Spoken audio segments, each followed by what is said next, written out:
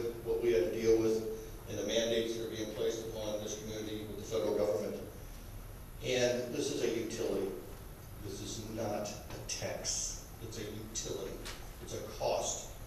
And it's a cost that we all have to observe. It's a cost that we have to pay for these ditches. It's a cost that we have to pay for the future growth of this community. It's a cost that's put upon us and none of us like it.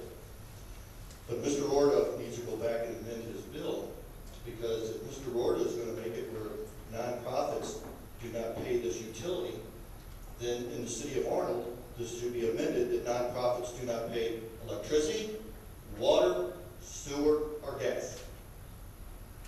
Then we're going to have every nonprofit in the whole state, in the United States, come here.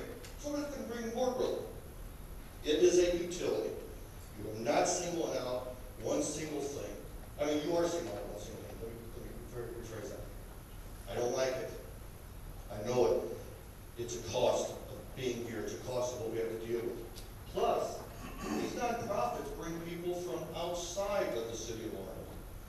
It's not just the city of Arnold residents paying this cost for this service. It's people outside the community that's coming here to this community to use the services that we have in this community, to share the cost and the services that we have in this community. I don't know how we got to where it's at. I don't know why Arnold singled out. But I think it's only fair. I believe we're going to see this in court. I believe this falls down to Jackson County and the fire department that lost. So we're going to waste more tax dollars down in court with lawsuits. This is a utility. I don't care how you phrase it your personal self. It is a utility. This is a utility that is under our ordinance, and it specifies it's a utility. So let's go back and make it so all the nonprofits do not pay electricity, water, gas, or sewer. Thank you. Mr. Marks, I have a question for you. I'm not here to debate. Anyone else from the floor? Yes, sir. Good evening, Mayor, council members. I'd just like to remind everyone that, I'm sorry, 861 Morningside Water Directors. I'd like to remind everyone that we have the Relay for Life of Arnold tomorrow. Such a worthy cause. And just a little personal thing, a friend of mine, Frank Talley, he put together 3 teams. I got people. And one of his teams is honoring Mrs. Sherry Mercer. She is a survivor of breast cancer. And also the sister-in-law of Larry Mercer, who is a building inspector for the city of Arnold.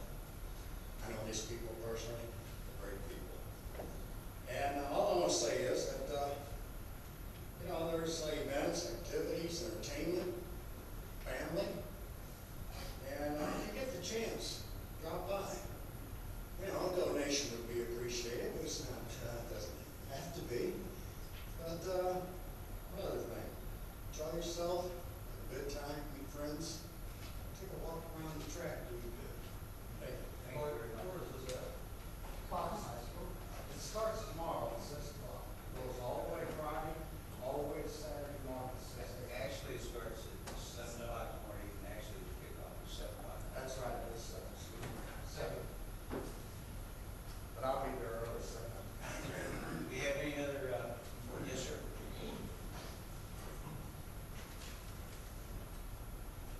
Dan Krupa, 2092 Drive.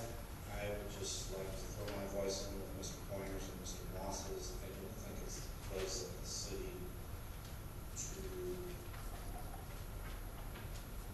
eliminate taxes on religious or charitable organizations. I think everybody should pay their fair share.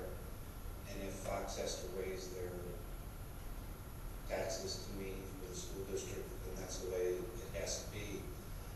But if you've got to collect a certain amount of money and it's already set up, and I heard 10%, I don't know if that's accurate or not. But if that 10% isn't collected from the churches and charities, then the citizens are going to have to pay that. I mean, it's simple math. If you're collecting $1 million now and you don't collect $100,000 that you're collecting from the churches and civic 2 years organizations, ago, somebody had